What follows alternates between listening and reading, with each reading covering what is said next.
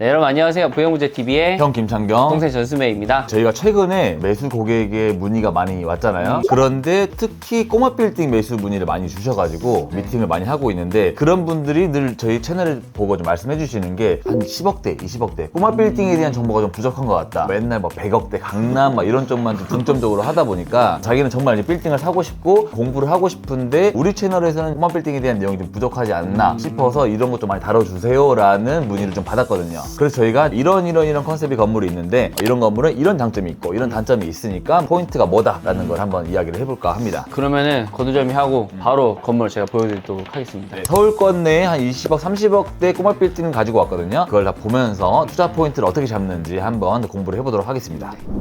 네, 첫 번째 건물입니다. 첫 번째 건물은 마포구 용강동, 대흥동 이쪽 라인에 있는 거거든요. 위치를 보자면 대흥역에서 강변북로 쪽으로 오게 되면은 이쪽으로 아파트 단지가 있어요. 아파트 단지 바로 앞에 있는 25억짜리 건물을 가지고 와봤습니다. 개요 한번 보시죠. 네, 이 건물은 작년 10월 달에 거래가 됐고요. 매매 금액은 25억, 대지 면적은 38평, 연면적은 125평의 건물이고 2002년도에 지었는데 22년도에 리모델링을 한번 한 건물이에요. 그리고 이 건물의 장점이 있다라고 하면은 이종 일반 주거 지역인데 2002년도에 신축을 했다 보니까 용적률을 325%를 받았습니다. 3개층 정도는 이득 보지 않았나 싶을 정도로 메리트가 있었던 건물인데, 안타깝게도 리모델링 할 때 엘리베이터는 넣지 않아서 지하는 없고 지상 6층 건물인데 6층에까지 올라가려면 좀 많이 이제 힘든 그런 건물이긴 하죠. 그러니까 이 건물은 22년도 10월 달에 21억 5천 한번 팔렸었던 건물이에요. 전 소유주분이 매입을 하셔서 이제 리모델링을 했었고, 그때 당시에 상부층 5층, 6층이 주택이었었어요. 거기를 이제 용도 변경만 해놓은 상태에서 임차를 세팅을 하셨던 거죠. 근데 아래층은 임차가 다 세팅이 됐는데 위에층은 엘리베이터도 없기 때문에 임대 세팅이 안 됐었던 그런 건물이었습니다. 이 라인 로드뷰로 한번 볼게요. 네, 로드뷰를 보시면 아파트 단지가 이렇게 있고 횡단보도 바로 앞에 있는 이제 이 건물인데, 여기가 이제 코너처럼 되어 있어서 여기가 도로긴 하거든요. 하지만 차가 들어갈 수는 없고 이제 계단으로 되어 있긴 합니다. 주차를 하려면 삥 돌아서 이렇게 와서 이제 이렇게 뒤로 주차를 해야 되는 건물이긴 하죠. 보시면 아시다시피 25억짜리 건물 치고는 좀 높게 잘 올라가 있는 그런 건물이잖아요. 그런데 보시면 예전에 여기가 주택이었는데 이 라인이 지금 리모델링을 할 때 엘리베이터를 안 넣다 보니까 걸어서 올라가기는 많이 힘든 그런 건물이긴 하죠. 그러니까 방금 이사님 말씀하셨던 포인트처럼 아쉬운 건물들이 있어요. 근데 지금 저희가 오늘 보여드릴 건물들이 대부분 아쉬움이 있는 꼬마 빌딩들이기 때문에 잘못 샀다 뭐 이런 포인트로 말씀을 드리는 건 아니에요. 다만 이제 건물 설명할 때 장단점은 이제 말씀을 드려야 되니까, 확실히 금액적인 부분에서는 전 소유주한테 매매 금액에 좀 메리트는 있었던 것 같아요, 이사님. 평당 금액도 평당 6,500만 원이거든요. 그냥 저는 너무 뭐 싸지도 않고 비싸지도 않은 그냥 적정 시세인 것 같아요. 아쉬운 거는 이사님 말씀하신 것처럼 코너인데 코너처럼 활용을 할 수가 없다는 거, 도로 자체가. 그리고 또 임대 수익이 좀 낮아요, 이사님. 매매 금액 대비해서 1.7%인데 355만 원 정도거든요. 근데 5층, 6층 임대를 세팅을 안 한 상태에서 대출 이자가 사실 감당이 안 되는 부분이잖아요. 보니까 한 17억 8천을 받으셨더라고요. 한 3.8%로 계산했거든요. 그럼 월이자가 560만 원 정도. 560만 원인데 여기서 임대료는 355가 나와서 거의 마이너스 200. 하지만 이제 이 건물은 현재 상태에서 가치를 보기에는 좀 임대료가 낮게 나오고 있긴 하지만 추후에 엘리베이터를 넣는다고 하면 충분히 좀 좋은 건물을 탈바꿈할 수 있는 포텐셜을 가졌다라고 생각을 하고 있어요. 네네, 그렇죠.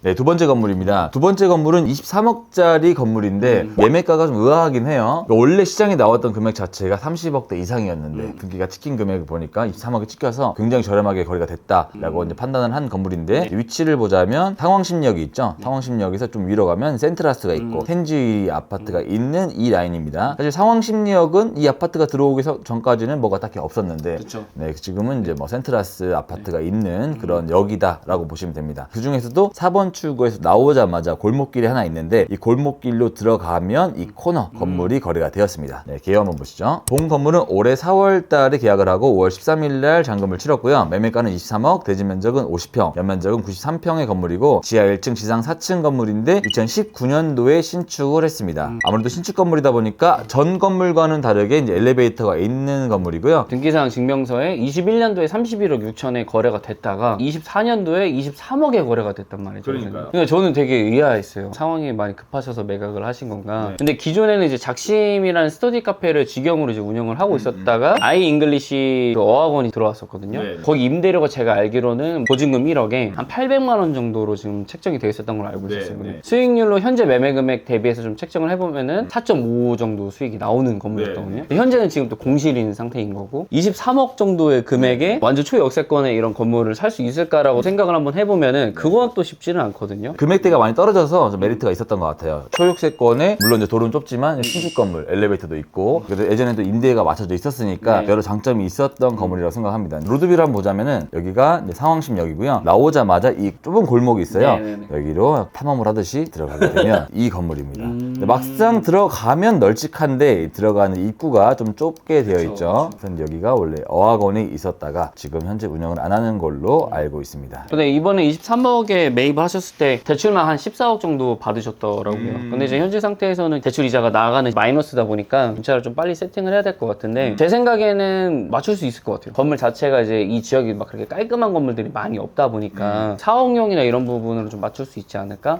라는 좀 생각이 들긴 했습니다. 그리고 또 주차가 앞으로나 옆으로 좀 편하게 될 수 있는 곳에 위치를 해 있고 또 건물 사이즈가 93평이 나오다 보니까 임대료를 800만 원 잡아도 10만 원이 안 되는 거잖아요. 과하게 잡는 것도 아니고 해서 충분히 임대를 잘 맞춰주지 않을까라고 생각을 합니다. 하지만 이제 꼬마 빌딩을 보시는 분들은 100점짜리 건물을 좀 원하시기도 하고 전재산을 막 투입을 하다 보니까 리스크도 많이 생각을 해서 이런 골목에 있는 건 나중에 시세 차익에서 큰 이익을 안 보지 않을까요? 뭐 이렇게 생각을 하시는데 요새는 뭐 시세 차익을 막 크게 본다라는 시장은 많이 없긴 하거든요. 25억 정도 사면은 3, 4년 뒤에 한 31억, 한 32억에만 팔아도 잘 판다라고 이제 판단을 하고 있기 때문에 리스크가 없는 건물을 사야 된다라고 저는 생각을 하는데 이 정도면은 크게 리스크가 있어 보이지는 않습니다. 딱 원가 계산을 해보니까요, 이사님. 본인 현금 한 10억 3천 정도 쓴 것 같더라고요. 모든 세금 다 저희 좀 계산을 한번 해보니까. 현금 10억으로도 이제 충분히 들어갈 수 있는 이제 건물이다. 라고 보시면 될 것 같습니다. 네, 자, 세 번째 건물입니다. 세 번째 건물은 신촌에 있는 건물인데 나름대로 위치도 괜찮고 금액대도 괜찮게 거리가 되어서 좀 가지고 와봤어요. 위치는 신촌역이 여기 있고 연세대가 이렇게 있죠. 신촌역에서 쭉 올라가면 서쪽이 먹자거리예요. 먹자거리 이제 초입에 있는 이 코너 건물이 거래가 되었습니다. 개요 한번 보시죠. 본 건물은 올해 4월 달에 계약을 하고 4월 29일 날 잔금을 치렀고요. 매매가는 27억, 대지 면적은 33평, 연면적은 70평의 건물이고 지하 1층, 지상 3층의 건물인데 1986년도에 신축을 했습니다. 여기서 이제 임대료가 보증금 1억 5천에 월 770만 원. 이 건물은 보여드리는 건물들 중에서 스펙이 가장 좋다고 저는 생각이 들거든요. 상권도 맞춰주고 있고 임대료도 나오면서 매매 금액도 좋고 매입을 하신 분도 27억에 매입을 했지만 대출을 20억을 받았거든요. 임대료가 770만 원 정도 나왔는데 대출 이자도 충분히 감당을 해서 월에 한 100만 원 정도는 소요득으로 남을 수 있었고 지하 1층이 공실인 상태에서 저 정도 임대료가 나왔었던 건물이기 때문에 상당히 다 괜찮다라고 생각을 하는데 다만 단점이라고 하면 딱 하나인 것 같아요. 신촌. 최근에도 상권 촬영을 하고 왔지만 유동인구는 있어요. 계속 꾸준하지만 그래도 이 신촌 리스크가 저는 아직도 존재를 하고 있다고 생각이 들기 때문에 그 부분을 제외하고는 가장 완벽한 건물이지 않나 생각이 듭니다. 평당가도 이제 평당 8천 정도면 시세 대비 적정하다라고 생각을 하고 있고 근데 이 정도 수준에 나와 있는 건물들을 보면은 거의 대부분 평당 9천에 나와 있어요. 8천이라는 시세가 제 생각에는 너무 과하지 않은 시세다 라는 좀 생각이 들더라고요. 또 가장 중요한 건 금액대가 27억 볼륨이 정말 이제 꼬마 빌딩으로서 최적화된 볼륨이었지 않나라고 생각을 하고 있어요. 그리고 이 라인이 지금 왔다 갔다 해보시면 아시겠지만 1층이나 2층 정도는 공실이 없는 곳이긴 하거든요. 임대를 많이 올릴 수는 없지만 이 상태는 충분히 유지가 가능하다고 생각을 하고 있어서 크게 리스크가 있어 보이지는 않는 건물이었습니다. 건물 연식이 조금 있다 보니까 누수적인 부분들이랑 좀 지하 정리만 좀 잘 해놓으면은 또 지하도 임대 맞추게 되면 또 수익이 더 올라가지 않을까 생각을 하고 있습니다. 이사님. 네.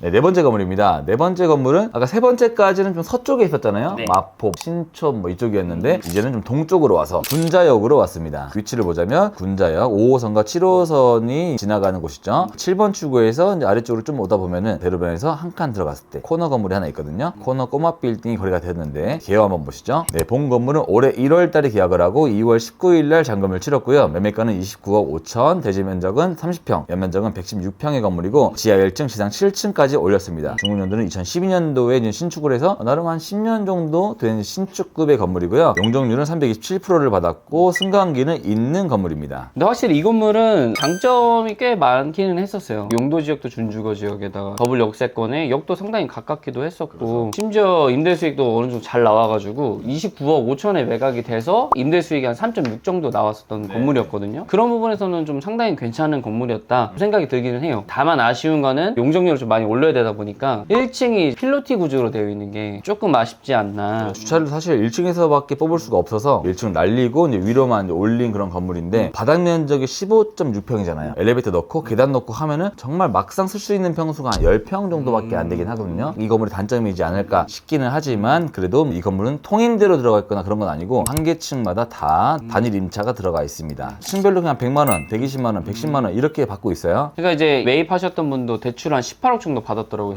임대료가 워낙 이제 800만 원 정도 나오다 보니까 뭐 이자 낸다고 하더라도 월 한 200만 원씩은 남으실 거예요. 그러니까 한 200만 원 정도 남는다 그러면은 꼬마 빌딩 투자한 거 치고는 괜찮은 수익이지 않나 라는 좀 생각이 들어요. 대지 평수가 좀 작고 평당가가 좀 높은 느낌이 있다라는 게 단점이긴 했었죠. 이 건물의 대체를 찾으려고 했을 때 또 이런 컨셉이 또 없었기 때문에 나중에 좀 싸게 사서 비싸게 팔려고 하시는 분들에게는 안 맞을 수 있지만 계속 가지고 있으면서 현 상황 유지하고 여기서 더 안 좋아질 건 없으니까 군작이 그렇다고 해서 굉장히 멀리 떨어진 곳은 아니기 때문에 현 상태를 계속 유지하고 임대를 받으면서 나중에 차후 몇 년 뒤쯤 30억 중반 정도는 우상향하는 식으로는 갈 수 있지 않을까라고 생각된 그런 무난한 건물이었습니다.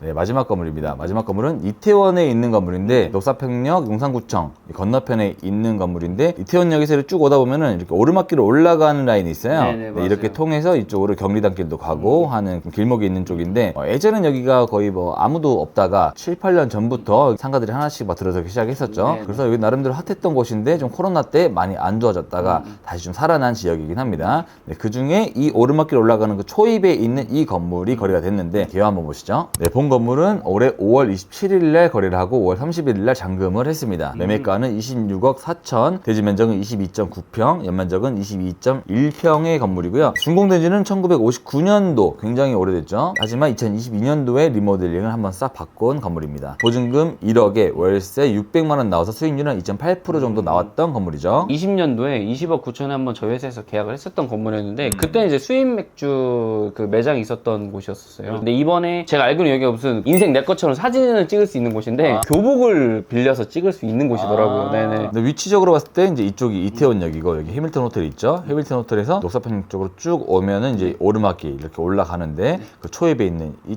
건물이라서 위치는 나쁘지 않은 곳에 있긴 합니다. 또 나중에 용산공원이 개발된다라고 하면 여기가 이제 용산공원이 개발될 곳이잖아요. 엄청 크게 있는데 여기가 개발된다라고 하면 보통 녹사평역에서 용산공원 갔다가 이태원으로 넘어오지 않을까라고 생각되는 그 길목에 있는 건물이죠. 4년 전에 20억 9천에 샀다가 지금 26억 4천에 다시 판 거다 보니까 나름대로 뭐 재미는 좀 봤다라고 생각을 할 수 있어요. 물론 취득세 빼고 못 빼고 하면은 뭐 엄청나게 막 차익을 본 건 아니지만 26억 4천에 매입을 하신 분은 대출을 14억을 받았죠. 14억을 받고 이제 임대료가 600인데 이자로 계산하면은 월 440만 원 정도 나올 거예요, 사장님. 이태원 쪽 같은 경우에 요즘 좀 상권이 그래도 꽤 많이 괜찮아졌잖아요. 상권 촬영할 때 그렇게 많지 않다라고 했었는데 가보니까 어깨를 계속 부딪힐 정도로 사람이 많아졌더라고요. 그래서 이제 향후에도 이 상권이 좀 뭔가 확장이 된다 그러면은 지금 그래도 해방촌 쪽은 또 상권이 괜찮잖아요, 사장님. 여기 또한 그런 영향을 좀 받을 수 있을 것 같기는 한데 투자성에 관련된 걸로 봤을 때는 그런 부분은 조금 아쉽지 않나 라는 생각이 듭니다. 용산에 호재가 좀 많이 있고 용산 쪽을 좀 좋아하시는 분들이 현금이 많지 않았을 때 20억대 금액으로 들어가기에는 괜찮았다라고 생각을 하고 있고 이태원이 지금 좀 많이 살아났거든요. 압구정 쪽이 사람이 좀 많이 빠졌어요. 압구정이 다 몰렸던 사람들이 종로랑 이태원 쪽으로 많이 빠진 것 같아요. 그래서 이태원이 다시 살아나고 있다 보니까 이태원 상권도 좀 주목하시면 좋을 것 같아서 이 사례를 좀 가지고 와봤습니다.